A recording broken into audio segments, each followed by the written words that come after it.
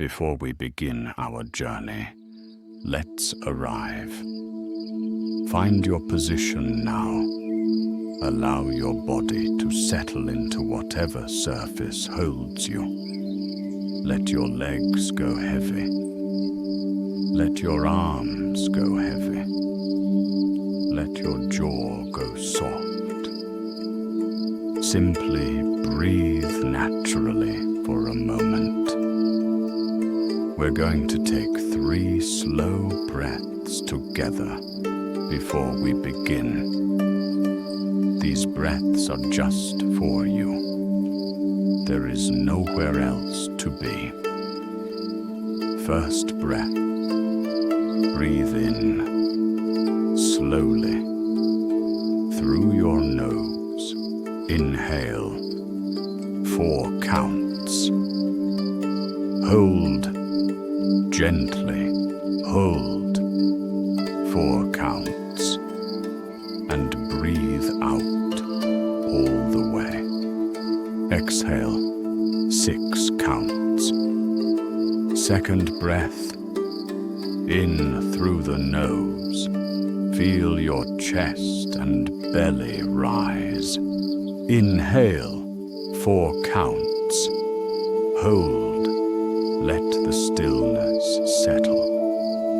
Hold 4 counts. Out through the mouth. Let the day go with it. Exhale 6 counts. Third breath. Make this one the deepest. In, filling all the way to the bottom of your lungs. Inhale 5 counts. Hold, and notice how quiet it is right now. Hold 4 counts, and out, slowly, completely. Exhale 7 counts. Good. You are here. You are safe. The night is yours. Let your breathing return to its own natural rhythm now. Soft and easy. In and out. Without effort. Allow 3 to 4 natural breaths in silence. Whenever you feel your mind wander to the business of the day, simply notice it. Set it gently aside and return to the sound of this voice. There is nothing left to do tonight. Nowhere left to go. Only this road. Only this story. Only rest. Welcome back to Naptime Knowledge. I wanted to begin by saying something simple. Thank you for being here. Thank you for choosing, night after night, to spend your last waking hours in the company of history and wonder, rather than the noise of the day. These journeys have taken us to ancient Egypt and the far reaches of outer space, through the streets of Rome and the temple courtyards of Mesopotamia. Tonight, we take the road that connects all of them. Breathe 4 counts in, 4 counts hold, 6 counts out. Find your position. Let your body settle. Let your breathing slow. There is nothing left to do tonight, but listen. Breathe 4 counts in, 4 counts hold, 6 counts out. The story we are going to tell tonight is not the story of a single civilization or a single place. It is the story of connection, of the long, dangerous, extraordinarily beautiful network of trade routes that linked the civilizations of the ancient and medieval world across the breadth of Asia, from the Pacific coast of China to the shores of the Mediterranean Sea. We are going to travel the Silk Road. The Silk Road is one of those subjects that seems to shimmer at the edges. It is not quite a single road. It was many roads, branching and rejoining, shifting over centuries as empires rose and fell, and the political geography of Central Asia changed around it. It is not quite a single era. It was used in various forms for more than 1,500 years, from the 2nd century BCE to the 15th century CE. And its cargo was not only silk, it carried cotton and glass, spices and precious stones, horses and paper, gunpowder and printing, Buddhism and Christianity and Islam, plague and medicine, art and ideas of every kind. The Silk Road was the internet of the ancient and medieval world, the network through which information and goods and culture flowed across the entire expanse of the inhabited earth, connecting people who would never meet, transforming the lives of people who never left their villages, making possible a globalization that was slow and partial and often violent, but that was, nonetheless, real. The world we live in was shaped in ways both obvious and invisible by the traffic that moved along these ancient routes. This is a long and slow and beautiful story, full of deserts and mountains and cities and caravans and extraordinary human beings who walked or rode or sailed across the face of the earth because they believed that whatever was on the other side was worth the journey. Sleep will come. Let it come when it comes. Until then, let the road unfold beneath you. Breathe 4 counts in, 4 counts hold, 6 counts out. Chapter 1. What was the Silk Road? A world connected by thread. The term Silk Road was not invented by the ancient travelers who used it. It was coined in 1877 by a German geographer named Ferdinand von Richthofen, who used it to describe the network of overland trade routes that connected China with Central Asia and the Mediterranean world. The name stuck, though historians have long recognized that it is somewhat misleading. The routes carried much more than silk, and they were not a single road, but a shifting, branching, constantly evolving network of paths and passes and river crossings that no single traveler ever traversed in its entirety. At its greatest extent, the Silk Road network stretched roughly 8,000 miles from the imperial capital of China in the east to the cities of the Roman Empire and the Parthian Empire in the west. It crossed some of the most extreme terrain on Earth. The Gobi Desert, one of the harshest environments on the planet, where temperatures swing from burning summer heat to bitter winter cold, and where water is scarce enough to kill the unprepared. The Taklamakan Desert, whose name in the local Uyghur language means something like you go in and you don't come out.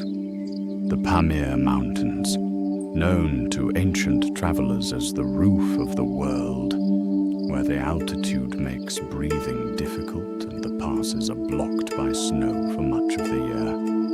The Hindu Kush, the Karakoram, the Tian Shan, range after range of mountain barriers that would have seemed, to anyone looking at them for the first time, absolutely impossible.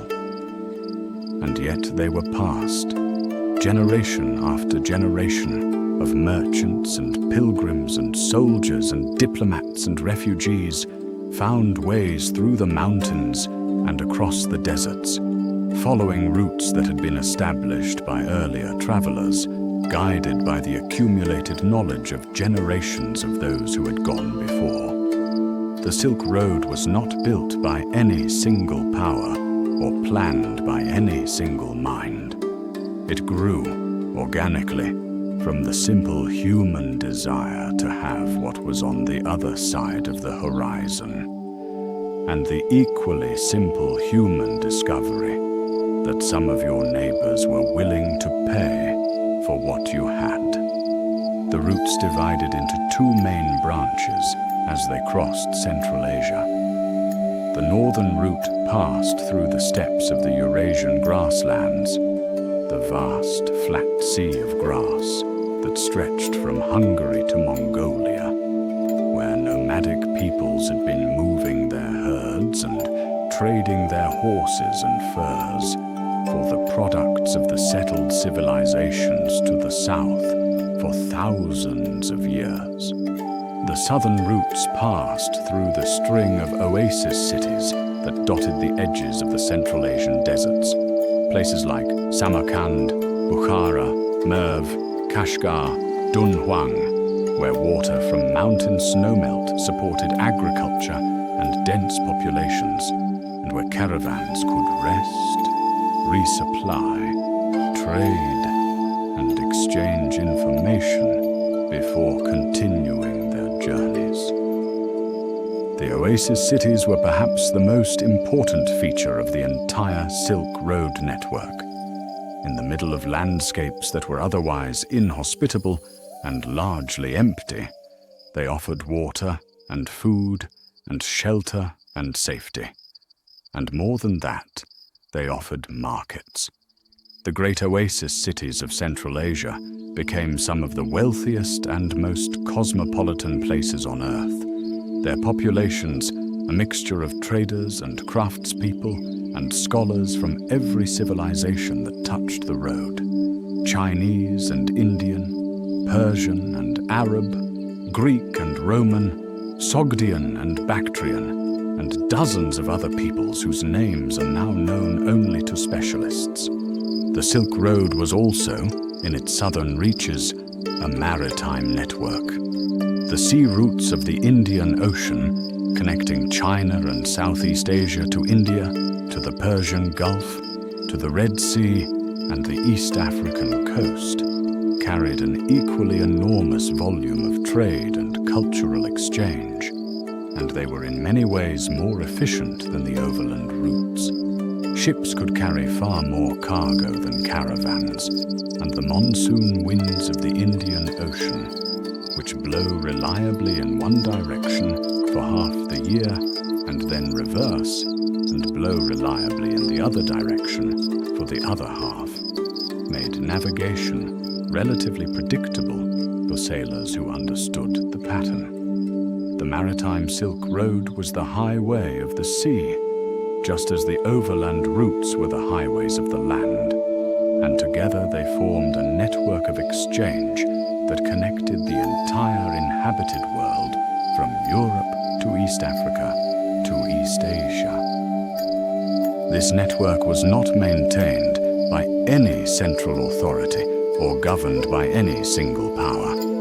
It existed because it was useful, because the goods it carried were valuable enough, and the demand for them strong enough that the risks and hardships of travel were worth accepting.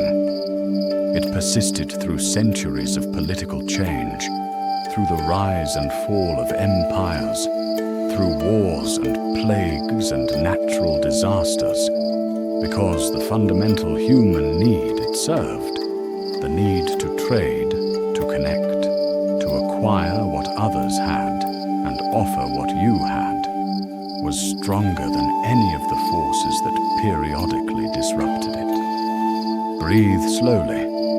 Imagine the road stretching out before you in the pale pre-dawn light, a track of dust and gravel winding through an immense landscape, mountains on one side and desert on the other, the sky above a deep and starry blue.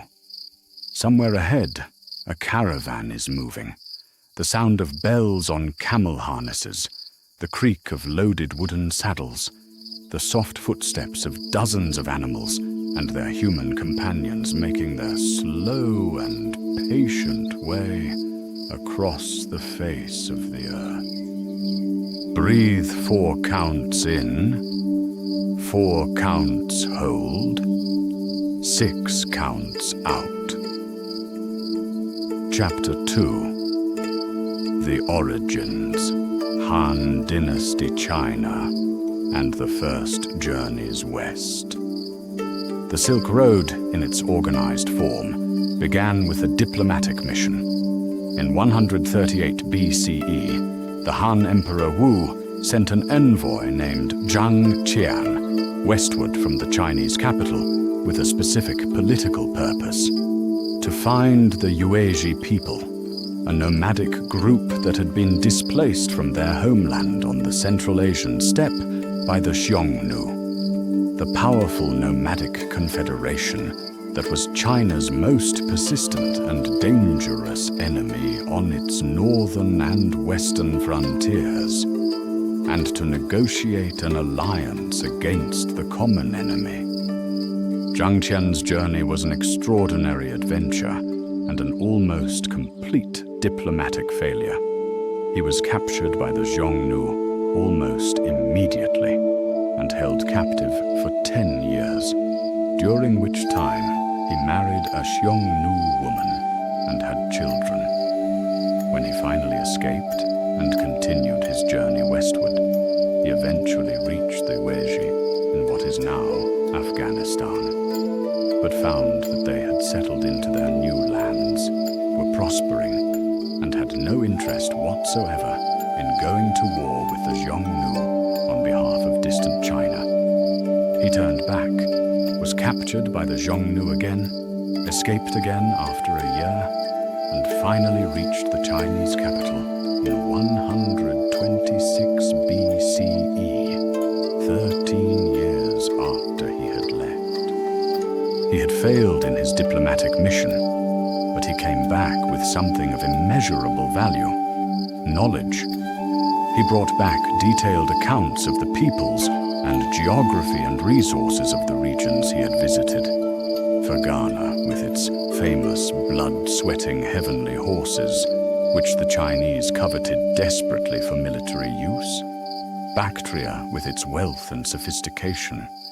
Parthia, with its connections to the West. And reports at second hand of a great empire far to the west called Lygian, which modern scholars identify as Rome, or at least the Roman world.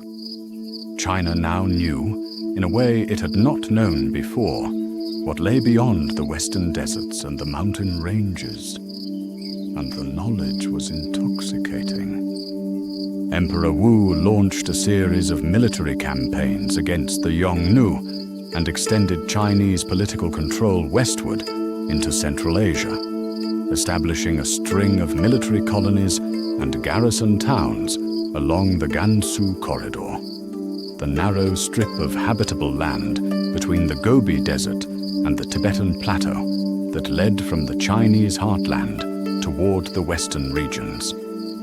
At the far end of the Gansu Corridor stood Dunhuang, the last Chinese outpost before the Great Deserts, and beyond it, the world. The Han Dynasty's western expansion was driven partly by military strategy, controlling the routes through which the nomads moved, and partly by the desire for the horses of Fergana, which were believed to be supernatural in quality and essential for Chinese military power.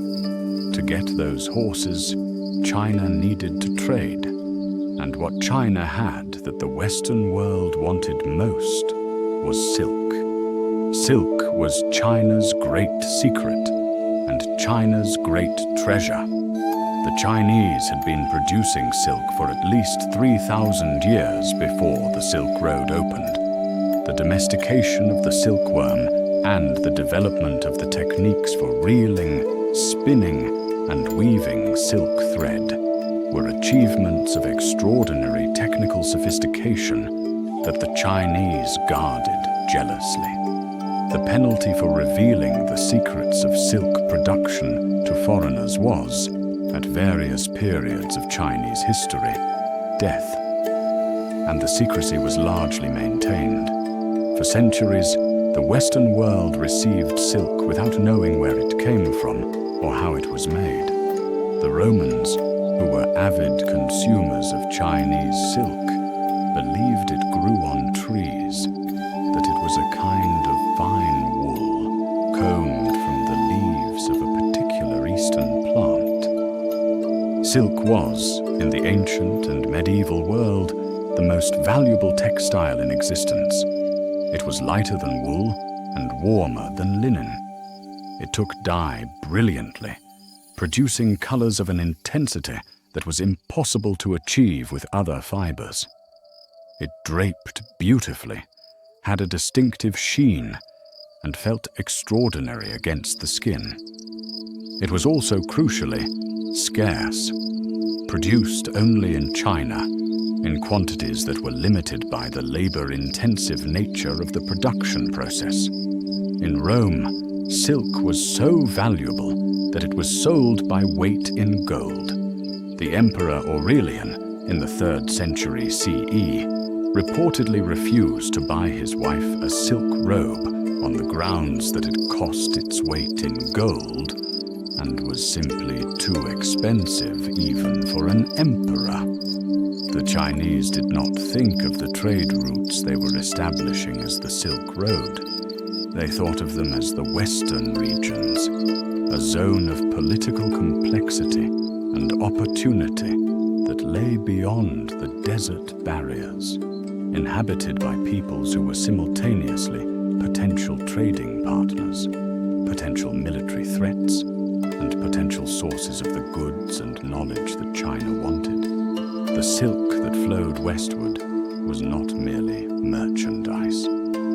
It was a diplomatic tool, given as gifts to foreign rulers, distributed to allies, used to cement relationships and demonstrate the wealth and sophistication of the Han court. From the Chinese end of the road, the Silk Road began as a political project. From the other end, it began as something even more ancient. The desire to have what someone else had, the willingness to travel as far as necessary to get it, and the recognition that exchange was better than conquest as a way of acquiring the things that made life beautiful and comfortable. The road grew from both ends simultaneously, pushed and pulled by the appetites of the civilizations it connected, and it met somewhere in the middle in the oasis cities of Central Asia, where everything the world had to offer could be found in a single market. Breathe 4 counts in, 4 counts hold, 6 counts out.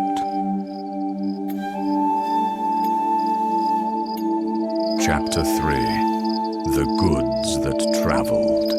Silk, spices, glass, and gold.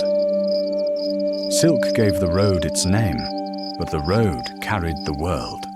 The range of goods that moved along the Silk Road routes, in both directions, and along all the branches and offshoots and maritime extensions of the network, was so vast and so varied that listing them begins to feel like a catalogue of human desire itself, everything that anyone, anywhere, wanted and could not produce locally.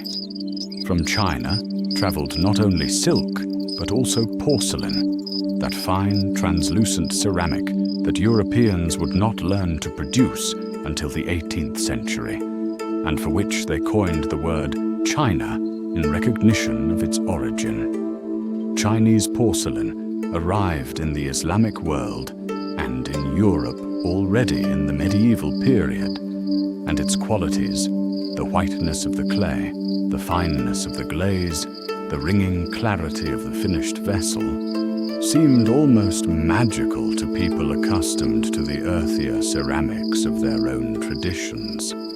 The quest to understand and replicate the secret of Chinese porcelain was one of the great industrial espionage projects of early modern Europe, eventually cracked by a German alchemist at Meissen in 1708. From China also came paper, invented in China in the 1st or 2nd century CE, and one of the most consequential technologies ever transmitted along the Silk Road. Paper reached the Islamic world in the 8th century CE, following the Arab conquest of Central Asia, when Arab forces captured Chinese papermakers at the Battle of Talas in 751 CE and brought the knowledge of paper production westward. Within a century, paper mills were operating in Baghdad and Samarkand. Within another century, paper had reached North Africa and Spain. And in the 15th century, when Gutenberg combined paper with movable type to create the printing press, the European information revolution that followed was built on a technology whose journey had begun in Han Dynasty China and traveled 2,000 miles across the Silk Road. From India came cotton, pepper, and an almost bewildering variety of spices: cinnamon and cardamom, ginger and turmeric, cloves and nutmeg. Spices were among the most valuable commodities in the medieval world, used not only for flavoring food, but for preserving it, for medicinal purposes, for religious rituals, and for the production of perfumes and incense. The price of pepper in medieval Europe was so high that it was sometimes used as currency. The desire for direct access to the spice-producing regions of Asia without having to pay the enormous markups charged by the Arab and Venetian middlemen who controlled the overland routes was one of the primary drivers of the European age of exploration in the 15th and 16th centuries. Vasco da Gama's voyage around Africa to India, Columbus's voyage across the Atlantic in search of a western route to Asia, both were, at their core, attempts to find a cheaper way to get spices. From the Mediterranean world and the Middle East traveled glass, a technology at which Roman and later Islamic craftspeople excelled, producing vessels and decorative objects of extraordinary beauty that were prized across the entire length of the road. Roman glass blowing, developed in the 1st century BCE, made it possible to produce large, thin-walled, transparent vessels that were completely unlike anything made in glass before. These objects, cups, bottles, flasks, perfume vessels, traveled east along the Silk Road and were found in large quantities in the tombs and ruins of Central Asia and China, where they were treasured as exotic luxuries. Gold and silver traveled in both directions, as they always do in long-distance trade networks. The universal currency that could be melted down and reused regardless of whose face was on it. The store of value that bridged the cultural and monetary systems of different civilizations.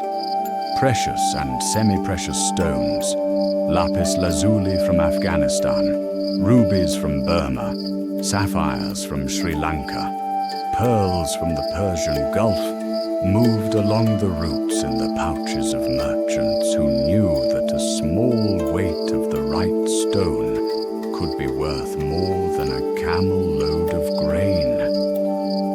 Horses were among the most important commodities moving in the eastward direction. The horses of the Central Asian steppes and the Fergana Valley, larger, faster, and more powerful than the native horses of China, were desperately sought by the Chinese military, who needed them for cavalry operations against the Xiongnu and their successors.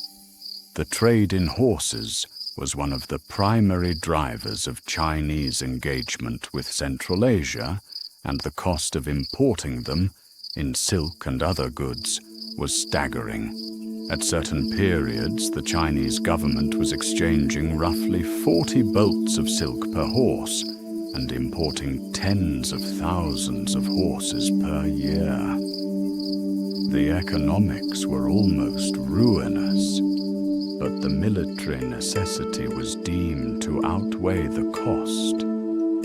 And beyond all the physical goods, the road carried something even more valuable: ideas.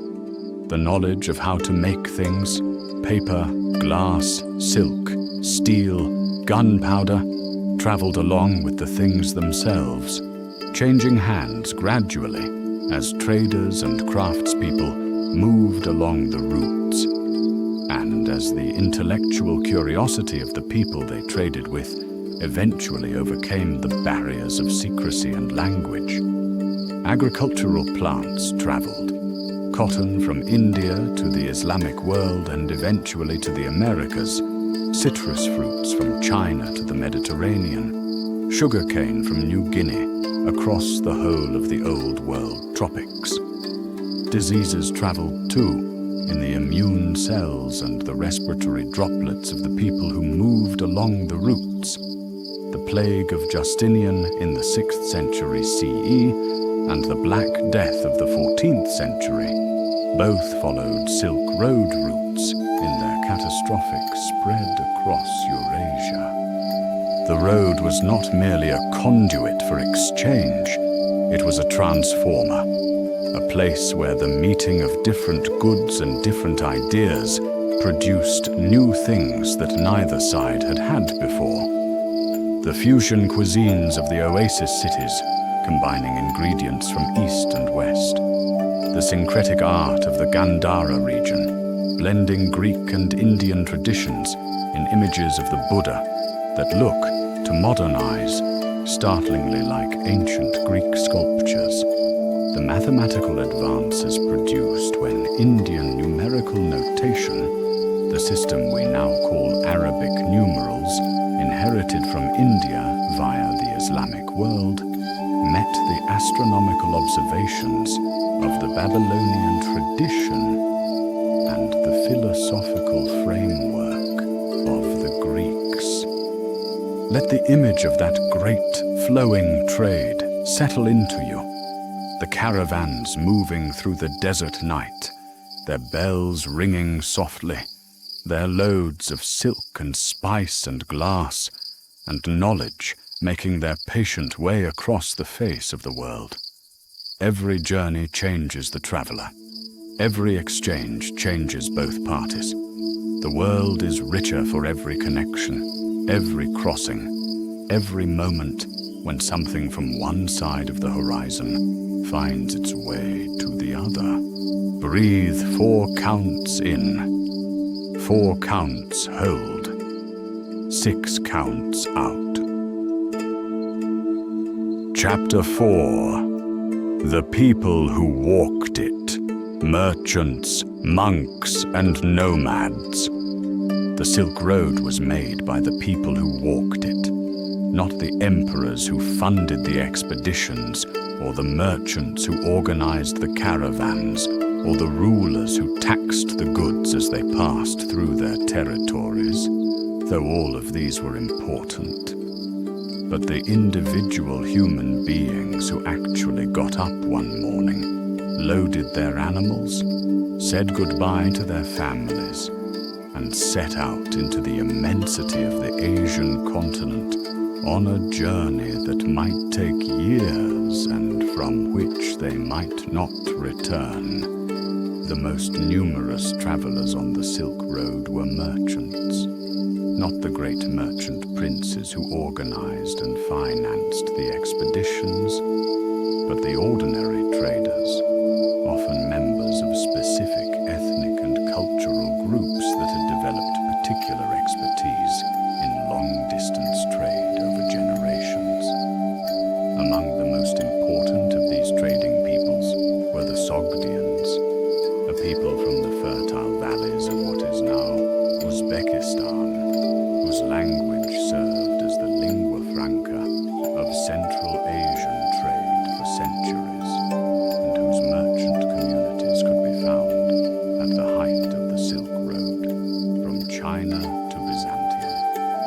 Sogdians were extraordinary. They built a commercial network that spanned the entire width of Central Asia, with merchant families maintaining agents and representatives in cities thousands of miles apart, exchanging letters and goods and credit across distances that would have seemed impossible to most people of their era. Their letters, a bundle of which was found, still sealed, in a watchtower on the Great Wall of China, apparently never delivered due to some disruption of the mail routes dating to the early 4th century CE, give us a vivid and personal picture of the commercial life of the Silk Road. Complaints about the price of musk, requests for linen, reports on the political situation in various cities, and the quiet anxiety of people separated from home and family by thousands of miles of difficult terrain. Buddhist pilgrims were another important category of Silk Road traveler, people who walked from China to India to visit the sacred sites of the religion and to obtain the scriptures and relics and knowledge that could not be found at home. The Chinese monk, Xuanzang, who traveled from China to India and back in the 7th century CE, a journey of roughly 16 years and 30,000 kilometers, left a detailed account of his travels that is one of the most important sources for the history of Central Asia and India in this period. His journey inspired one of the greatest works of Chinese literature, the 16th century novel Journey to the West, in which the monk is accompanied by the Monkey King and other supernatural companions on a fantastical version of his pilgrimage. Faxian, an earlier Chinese pilgrim who traveled to India in the late 4th and early 5th centuries CE, walked most of the way from China across Central Asia and the Himalayas, spent 6 years in India studying Buddhism and collecting scriptures, and then sailed home via Sri Lanka and the Indonesian archipelago. He was in his 60s when he undertook the journey. He survived deserts and mountain crossings that killed younger men. He returned with hundreds of manuscripts and a detailed account of his travels that has been an invaluable source for historians of Buddhism and of the Silk Road ever since. Nomadic peoples were the permanent inhabitants of the steppe and desert regions through which the Silk Road passed, and their relationship with the road was complex and multifaceted.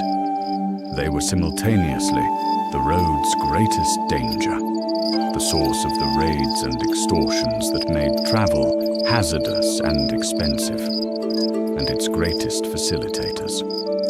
The nomads knew the terrain, knew the water sources, knew the routes through the mountains and across the deserts.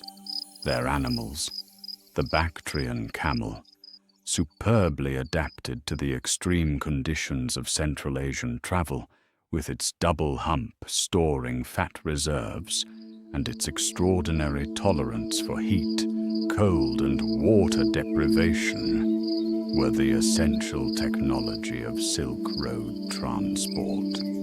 The Bactrian camel could carry loads of up to 300 kilograms, travel 40 kilometers per day, go for weeks without water in an emergency, and survive temperatures ranging from minus 40 degrees Celsius to plus 40 degrees. It was slow, stubborn, and occasionally vicious, but it was essentially irreplaceable as a beast of burden in the Central Asian environment, and the camel caravans that moved the goods of the Silk Road were among the most important logistical operations in the ancient and medieval world. Diplomats and ambassadors traveled the Silk Road in both directions, carrying gifts and messages between courts that were separated by thousands of miles and weeks or months of travel.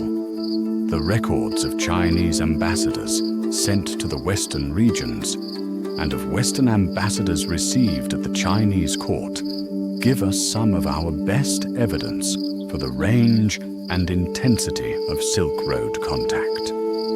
A Roman embassy to China is recorded in Chinese sources in 166 CE, presumably merchants presenting themselves as official representatives rather than a genuine state mission, but the record itself testifies to the reality of contact between the two ends of the world. Soldiers marched along the Silk Road routes, the armies of Alexander the Great, the legions of Rome, the forces of the Parthian and Sassanid empires, the Mongol hordes of the 13th century.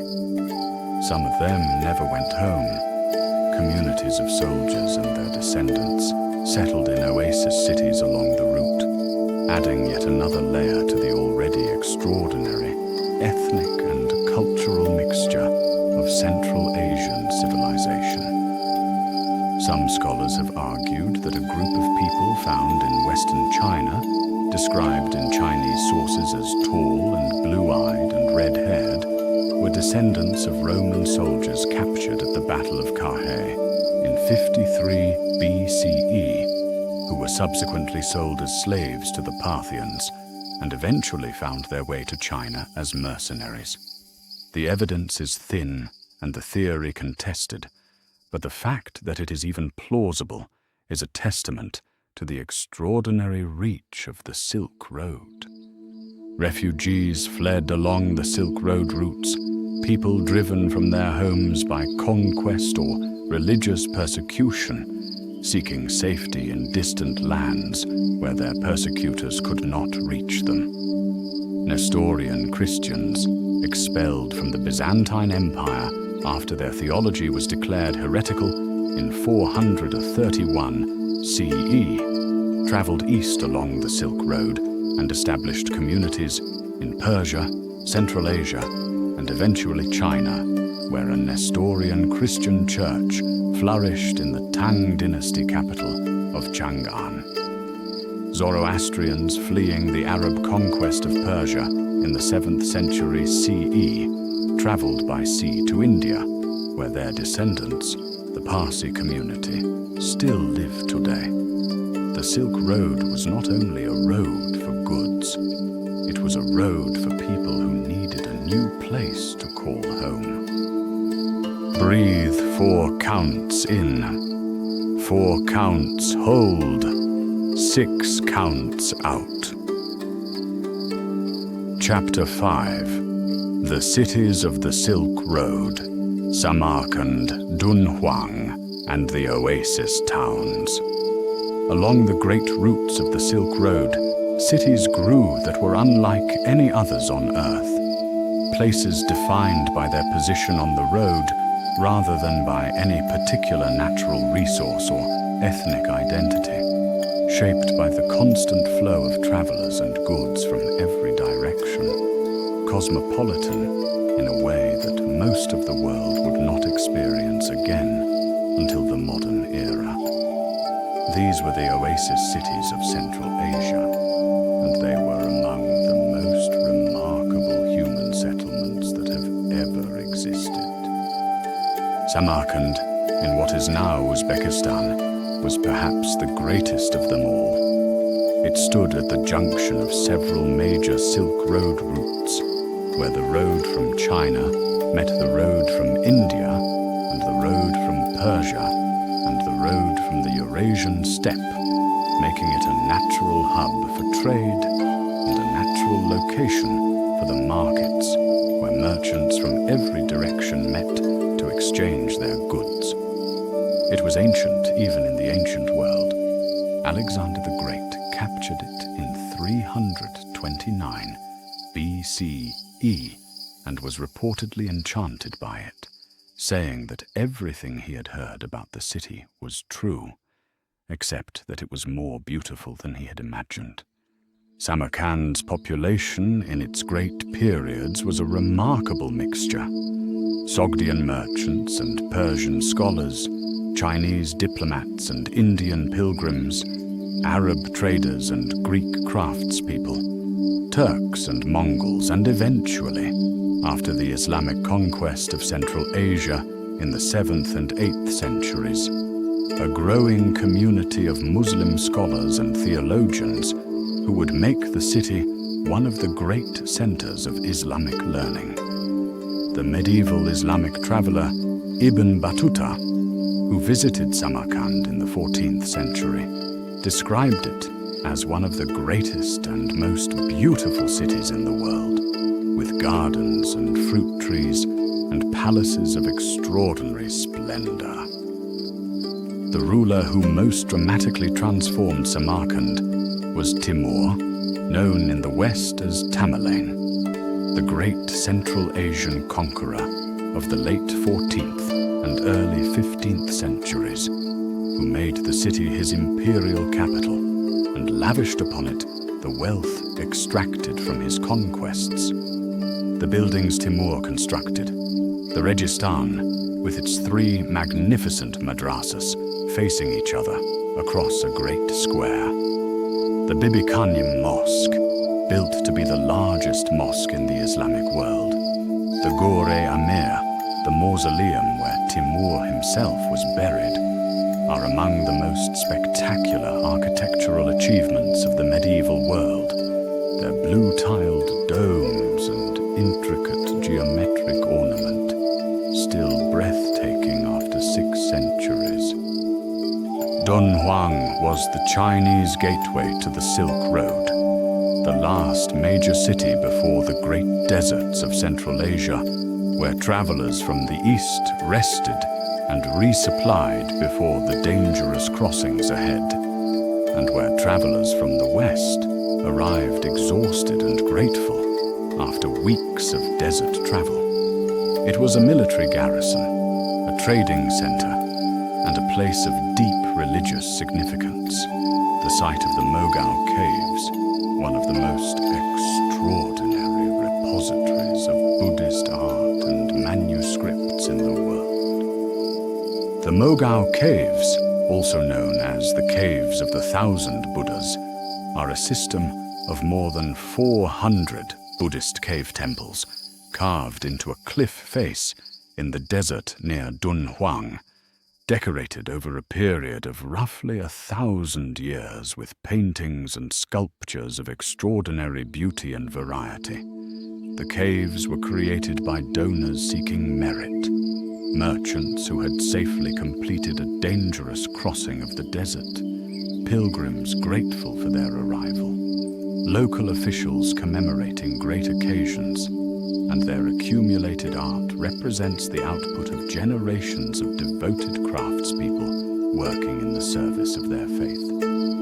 In 1900, a Taoist monk named Wang Yuanlu, who had taken it upon himself to look after some of the caves, discovered a sealed chamber that had been hidden for 900 years. Inside were more than 50,000 manuscripts and printed documents, Buddhist scriptures, Taoist texts, administrative documents, calendars, astronomical charts, folk songs, racy stories, and a copy of the Diamond Sutra dated 868 CE, that is the oldest dated printed book in the world. The discovery transformed our understanding of medieval Chinese culture and Silk Road history, providing an extraordinary window into the intellectual life of a Silk Road crossroads at its height. Merv, in what is now Turkmenistan, was another great Silk Road metropolis, at various points in its history considered one of the largest cities in the world. At its peak in the 11th and 12th centuries CE, Merv was a city of perhaps 200,000 people, a major center of Islamic scholarship, with libraries and madrasas and hospitals and markets that drew scholars and traders from across the Islamic world. The geographer, Yaqut al-Hamawi, who visited Merv in the early 13th century, marveled at its libraries, one of which he claimed contained 12,000 volumes.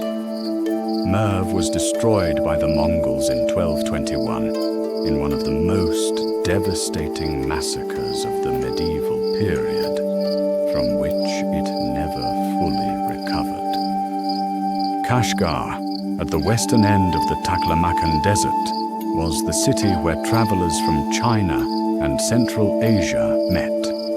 The point where the two branches of the road around the desert converged, and where merchants from east and west exchanged their goods without necessarily traveling further in either direction. It was a city of extraordinary ethnic and cultural diversity, where Chinese silk merchants traded alongside Sogdian intermediaries and Indian pepper traders and Parthian glass merchants, all conducting their business in a dozen languages, all eating foods that mixed the culinary traditions of a dozen cultures. These oasis cities were not merely transit points, they were crucibles, places where the constant mixing of peoples and goods and ideas produced new cultural forms that belonged to no single tradition. The art of the Silk Road oasis cities drew on Chinese, Indian, Persian, Greek, and steppe nomadic traditions simultaneously, producing images and objects that are recognizable as belonging to none of these traditions individually, but to all of them collectively. The music of the oasis cities, the cuisine, the architecture, the religious practices, all of them were products of centuries of mixing and merging, of influence flowing in every direction at once, of the creative encounter between different ways of being human. Let the image of Samarkand's blue domes settle into your mind, brilliant against the Central Asian sky, their tiles catching the afternoon light, their geometric patterns drawing the eye inward toward infinite complexity. This is what the Silk Road built.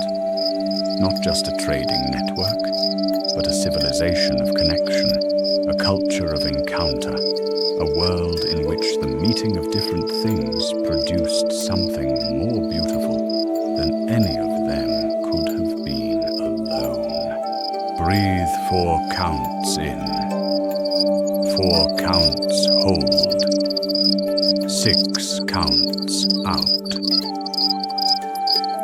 Chapter 6. The Spread of Religion, Buddhism, Christianity, and Islam on the road. Of all the things that traveled the Silk Road, perhaps none traveled further or changed more lives than religion. The great faiths of the world did not spread by conquest alone. They spread along trade routes, carried by merchants and monks and pilgrims who brought their beliefs with them as naturally as they brought their goods, and who found in the oasis cities and caravanserais of the road an audience of spiritually curious people from every background and tradition. Buddhism was perhaps the most successful Silk Road traveler of all the world's great religions. Born in northeastern India in the 5th century BCE in the teachings of Siddhartha Gautama, the Buddha, the awakened one, it spread first through India, and then, following the trade routes, eastward into Central Asia and China. The conversion of the Kushan Empire, a great Central Asian state that controlled much of the Silk Road in the 1st through 3rd centuries CE, to Buddhism was a turning point, as the Kushans became enthusiastic patrons of the faith and facilitated its spread in both directions along the routes they controlled. The art of Gandhara, the region corresponding roughly to modern Pakistan and eastern Afghanistan, produced in this period some of the most remarkable religious art in history. Images of the Buddha in which the serene, spiritually awakened figure is rendered in a style that is unmistakably Greek in its treatment of the human form. The curly hair, the classical drapery, the relaxed contrapposto stance, these are the conventions of Hellenistic sculpture, brought to Central Asia by Alexander's conquests and his successors, meeting the new faith of Buddhism and producing something that was neither purely Greek nor purely Indian, but something new and extraordinary. The visual language through which the Buddha would be depicted for the next 2,000 years. Buddhism reached China in the 1st century CE, carried along the Silk Road by Central Asian monks, who found an audience among the merchants and officials of the Han Empire.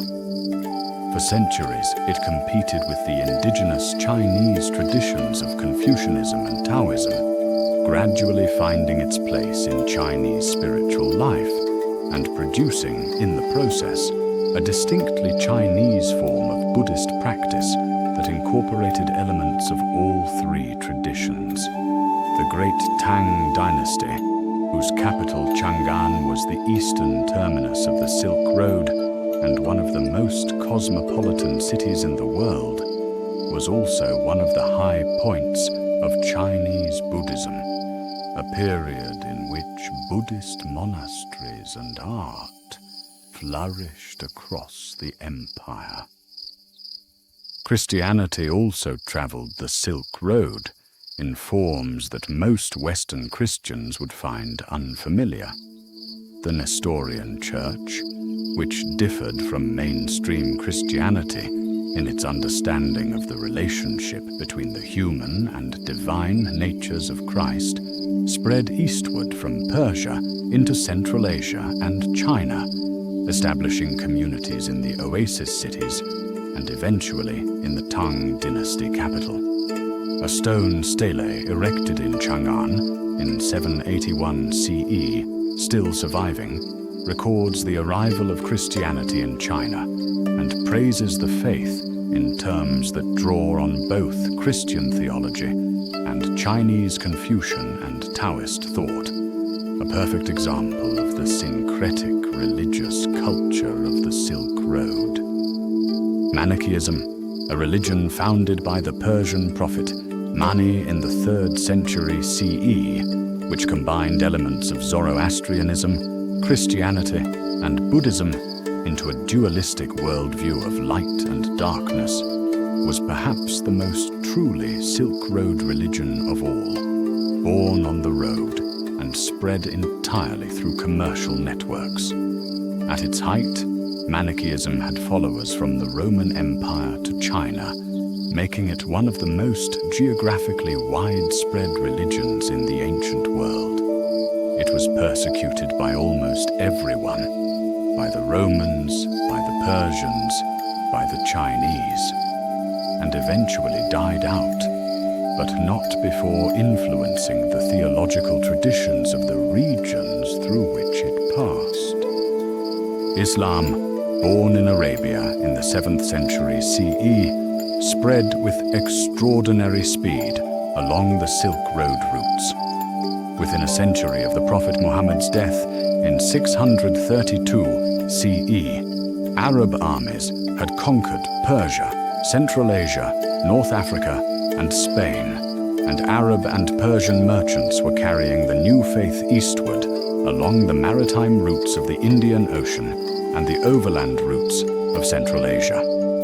The Silk Road cities of Samarkand and Bukhara and Merv became major centers of Islamic scholarship within a generation of their conquest, their existing traditions of Greek and Persian and Indian learning absorbed into the new synthesis that would produce the Islamic Golden Age. The encounter of Islam with the other traditions of the Silk Road was enormously productive. Islamic scholars translated into Arabic the works of Greek philosophy and science, of Indian mathematics and astronomy, of Persian literature and statecraft, creating a synthesis of the world's knowledge that preserved and extended the intellectual achievements of every civilization the road had connected. The Islamic world became, between roughly 800 and 1200 CE, the most advanced scientific and philosophical culture on Earth, and the knowledge it preserved and developed would eventually flow westward into Europe to help ignite the Renaissance and the scientific revolution. The Silk Road was, in this sense, one of the great engines of religious and intellectual history. It did not merely allow different faiths to coexist, it forced them to encounter each other, to explain themselves to skeptical audiences, to compete for converts, and in the process to sharpen and develop their own doctrines and practices in response to the challenges posed by other traditions.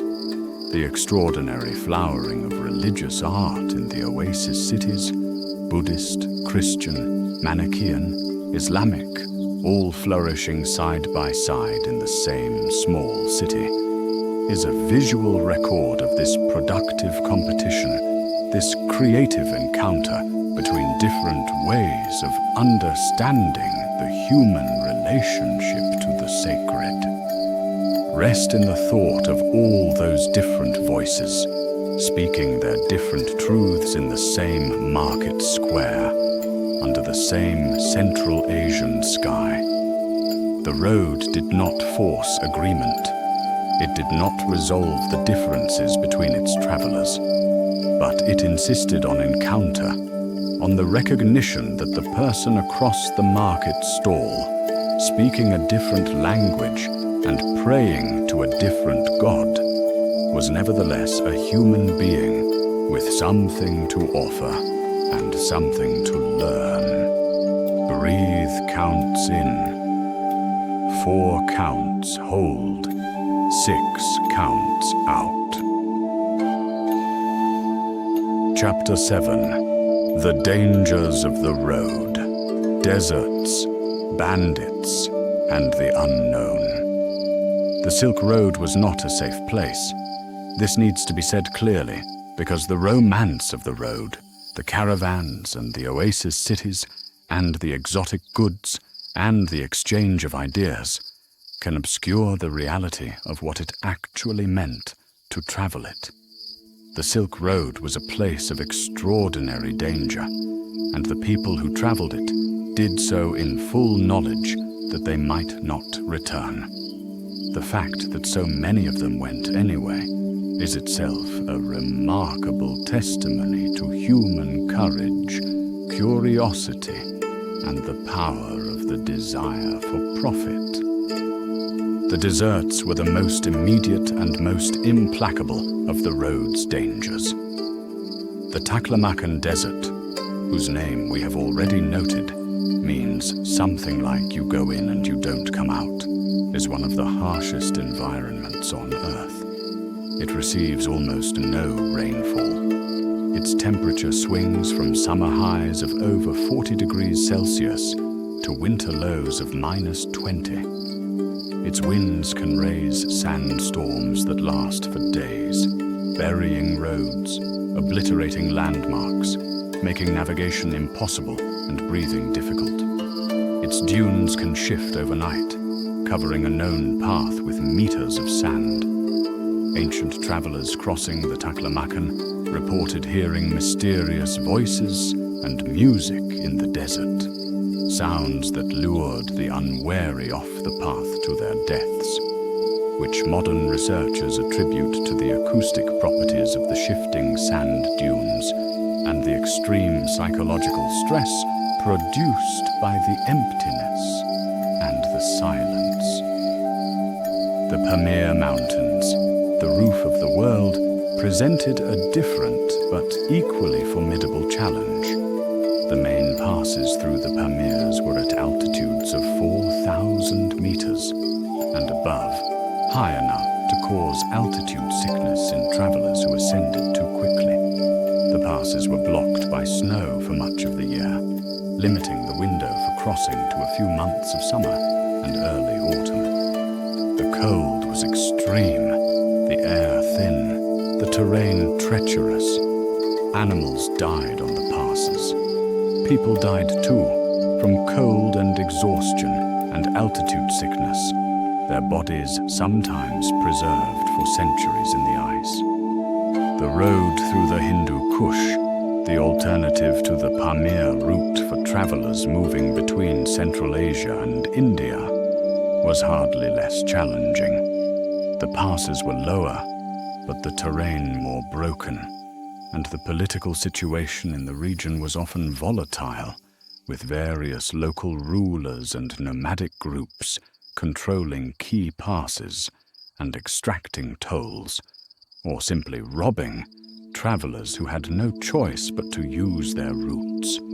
Bandits were a constant presence on the Silk Road. The immense value of the goods moving along the routes made them an irresistible target, and the remoteness of much of the road made policing it effectively impossible. Merchants traveled in large caravans, partly for the efficiency of shared transport and supply, but equally for mutual protection. A caravan of 100 men and several hundred animals was a much less attractive target than a single merchant with a few pack animals. The caravanserais, the roadside inns that dotted the Silk Road at intervals of roughly a day's travel, were designed partly as defensible positions where travelers could shelter behind walls if attacked. Disease traveled the road along with the goods and the ideas, and it was perhaps the most devastating of all the road's dangers. The plague, caused by the bacterium Yersinia pestis, transmitted by fleas on rats, had reservoirs in the rodent populations of the Central Asian steppe, and the movement of people and animals along the Silk Road provided the mechanism by which it periodically escaped from those reservoirs and spread across Eurasia. The plague of Justinian in the 6th century CE, which killed perhaps 25 million people across the Byzantine Empire and surrounding regions, appears to have originated in Central Asia and spread along Silk Road routes. The Black Death of the 14th century, which killed somewhere between 30 and 60% of the population of Europe, likewise originated in Central Asia and traveled along the road, possibly carried by the Mongol armies, as well as by ordinary commercial traffic. Political instability was another constant threat. The Silk Road passed through dozens of different political jurisdictions, each with its own ruler, its own customs, its own definition of what constituted a legitimate merchant and what constituted a spy or an enemy. The situation changed constantly as empires rose and fell, as nomadic confederations formed and dissolved, as religious conflicts between Buddhism and Islam, between Zoroastrianism and Christianity, and between different sects within each faith periodically disrupted the relative tolerance that made commercial life possible. And yet the road endured. Merchants accepted the risks because the profits were enormous. Pilgrims accepted the dangers because their faith demanded the journey. Diplomats went because their rulers sent them. And some people went simply because they needed to know what was on the other side of the horizon, because the unknown was not a deterrent, but an invitation. There is something deeply human about this. The Silk Road is, among other things, a testament to the extraordinary human capacity for accepting risk in the service of something desired, something beautiful or profitable or true that lies just beyond the reach of safety. Every traveler who set out from Chang'an or Samarkand or Constantinople heading into the unknown was making a bet against the desert and the bandits and the mountains and the disease, and the fact that enough of them survived to make the road viable is a kind of miracle, or perhaps not a miracle, but simply a reflection of the fact that the desire to connect, to trade, to know, to believe is one of the most powerful forces in human history. Lie still in your safe and warm bed. The road is far away and long ago. The desert winds have quieted. The caravan bells are silent. You are held in the comfort and security that the Silk Road, in its long life, helped to build. The accumulated wealth of centuries of exchange that made possible, eventually, the world of stability and connection in which you rest tonight. Breathe 4 counts in, 4 counts hold, 6 counts out. Chapter 8. The Mongols and the Pax Mongolica, when the road was safest. In the early 13th century, a man named Temujin unified the warring tribes of the Mongolian steppe under his leadership, took the title Genghis Khan, universal ruler, and proceeded to launch the most devastating series of conquests in human history. Within a generation, the Mongol Empire stretched from China to Eastern Europe, from Siberia to Persia, the largest contiguous land empire ever created. Tens of millions of people died in the conquest. Entire cities were annihilated.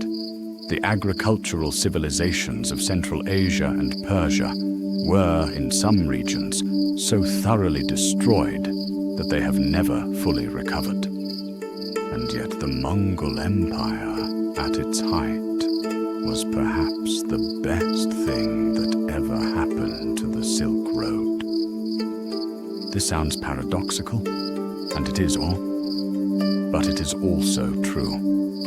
The Mongol conquest, for all its terrible violence, united under a single authority, the entire length of the Silk Road, from China to the Black Sea.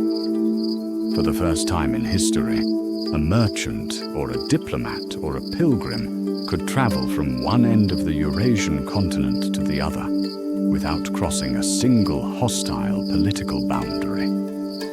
The Mongols were pragmatic rulers who understood that taxing trade was more profitable than destroying it, and they enforced a remarkable degree of order and security on the routes within their empire.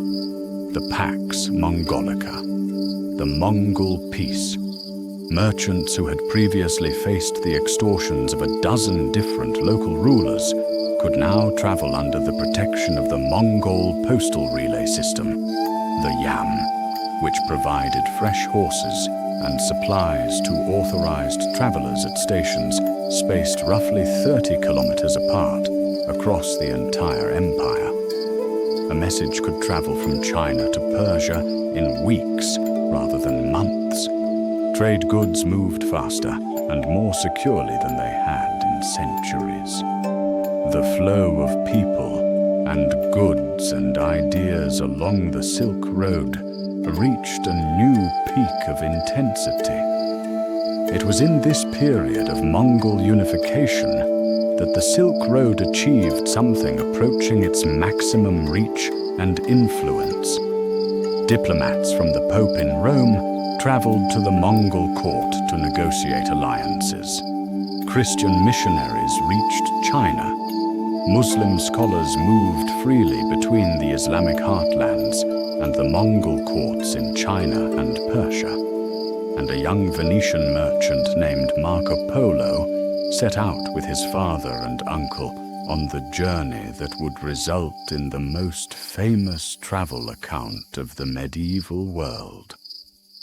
Marco Polo traveled from Venice to China between 1271 and 1275, spending 17 years in the service of the Mongol Emperor Kublai Khan before returning home via the maritime routes of the Indian Ocean. His account of his travels, the description of the world known in English as the Travels of Marco Polo, was dictated to a writer named Rustichello da Pisa, while Polo was a prisoner of war in Genoa, and it became one of the most widely read books in medieval Europe.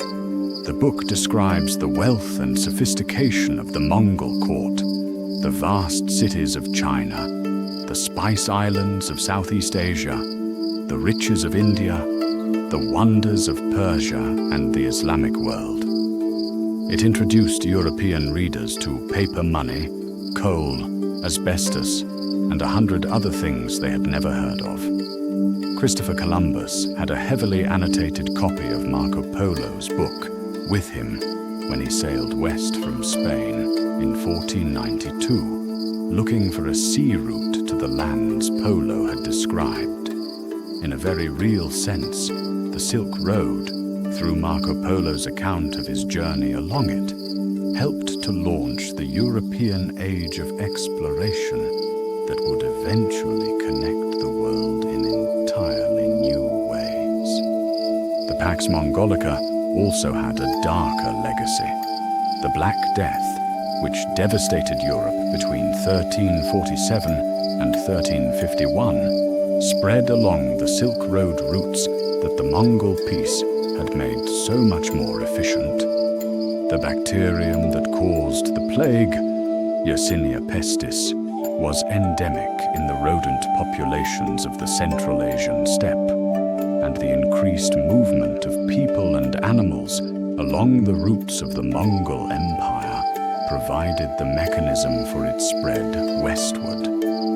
The same infrastructure that allowed Marco Polo to travel safely from Venice to China also allowed the most devastating pandemic in European history to travel in the other direction. This is one of the great ironies of the Silk Road, that the network of connection it represented was simultaneously the network of transmission for ideas and goods and diseases, that the same routes that carried silk and spices and Buddhism and mathematics and paper and gunpowder also carried plague. The road did not discriminate. It carried everything that its travelers brought with them, for good and for ill, and the consequences were always both. The Mongol Empire did not last. Kublai Khan's empire in China became the Yuan dynasty, eventually overthrown by the Ming dynasty in 1368. The Mongol Khanates of Central Asia fragmented and fought each other. The political unity that had made the Pax Mongolica possible dissolved, and the Silk Road reverted to its normal condition of multiple competing jurisdictions, each extracting its own tolls and providing its own unreliable degree of security. But the period of Mongol unity had demonstrated something important. When the road was safe, the whole world benefited. The wealth and knowledge that flowed along it, when it was functioning well, were a gift to every civilization that touched it. Breathe 4 counts in, 4 counts hold, 6 counts out. Chapter 9. The Maritime Silk Road, Ships, Monsoons, and the Sea Routes. The Overland Silk Road is the one we think of first, but there was another road, older in some of its sections, more important in terms of sheer volume of trade, and in many ways more beautiful. The Maritime Silk Road, the network of sea routes that connected China and Southeast Asia to India, to the Persian Gulf and the Red Sea, and to the East African coast, was the ocean counterpart of the land routes. and it was sustained by one of the most reliable and most useful meteorological phenomena on Earth: the monsoon. The monsoon winds of the Indian Ocean blow in a remarkably predictable pattern. From roughly April to September, they blow from the southwest, carrying moisture from the ocean onto the Indian subcontinent, where they produce the rains that sustain agriculture across South Asia. From roughly October to March, they reverse, blowing from the northeast. This reversal was the key that unlocked the Indian Ocean for long-distance trade. A sailor leaving Arabia in November could ride the northeast monsoon to India, spend the winter trading, and return on the southwest monsoon in the spring. The crossing was relatively safe, the timing predictable, the direction reliable. Arab sailors had been navigating the Indian Ocean trade routes for centuries before the Silk Road proper began. The evidence for trade between Mesopotamia and the Indus Valley civilization goes back to the 3rd millennium BCE. But the integration of these maritime routes with the overland routes of Central Asia and the rise of powerful states that could organize and protect the sea trade produced the full maritime Silk Road as a coherent system in the first few centuries of the Common Era. The most important sailors of the early maritime Silk Road were the Arabs and the Indians and the Malays and the Chinese, peoples who had developed sophisticated nautical traditions over centuries of experience with the Indian Ocean and its winds.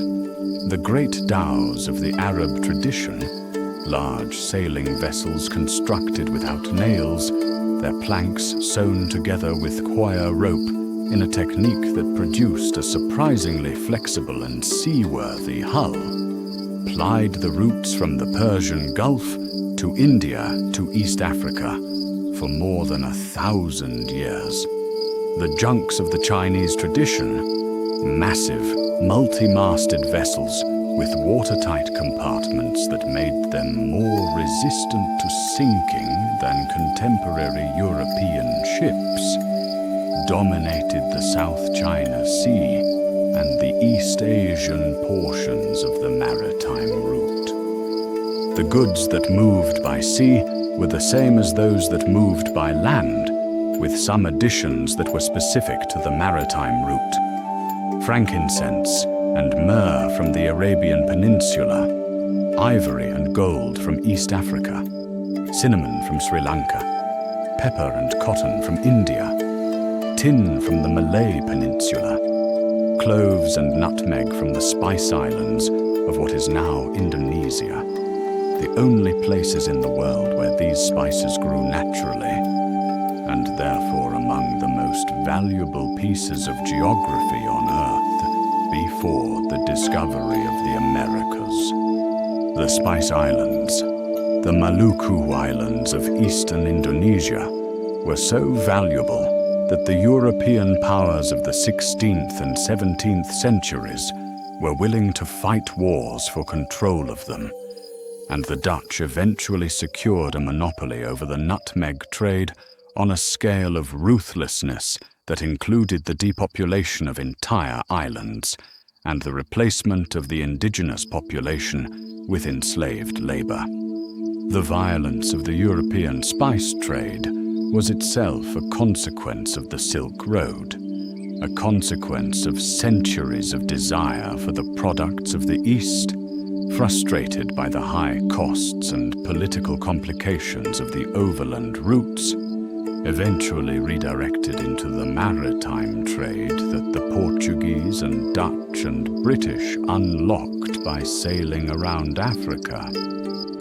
The East African coast was an integral part of the maritime Silk Road. The Swahili city-states, Mombasa, Malindi, Zanzibar, Kilwa, were prosperous trading ports that connected the products of the African interior With the merchants of Arabia and India and eventually China, they exported gold and ivory and enslaved people. They imported ceramics and textiles and manufactured goods.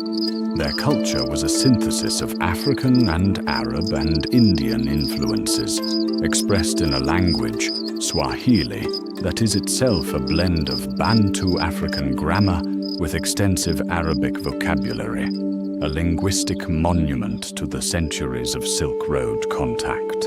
In the early 15th century, the Chinese Admiral Zheng He led a series of extraordinary naval expeditions into the Indian Ocean.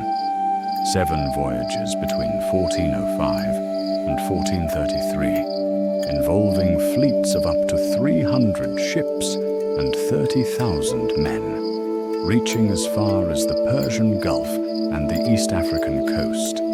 These were not primarily trading voyages, but diplomatic missions designed to demonstrate the reach and power of the newly established Ming Dynasty and to bring foreign rulers into the Chinese tributary system.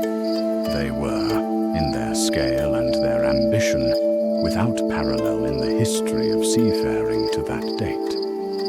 And then they stopped.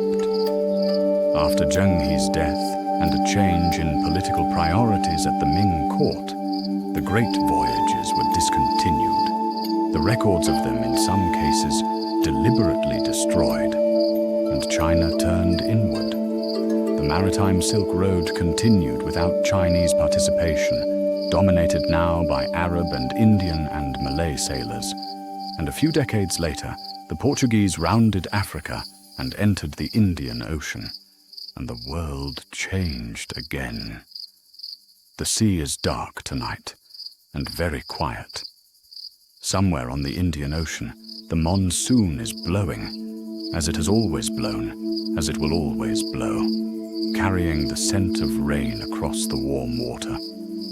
The stars that guided the Arab dhow captains and the Chinese junk navigators and the Malay outrigger sailors are the same stars you might see if you stepped outside tonight and looked up. The road goes everywhere. It always has.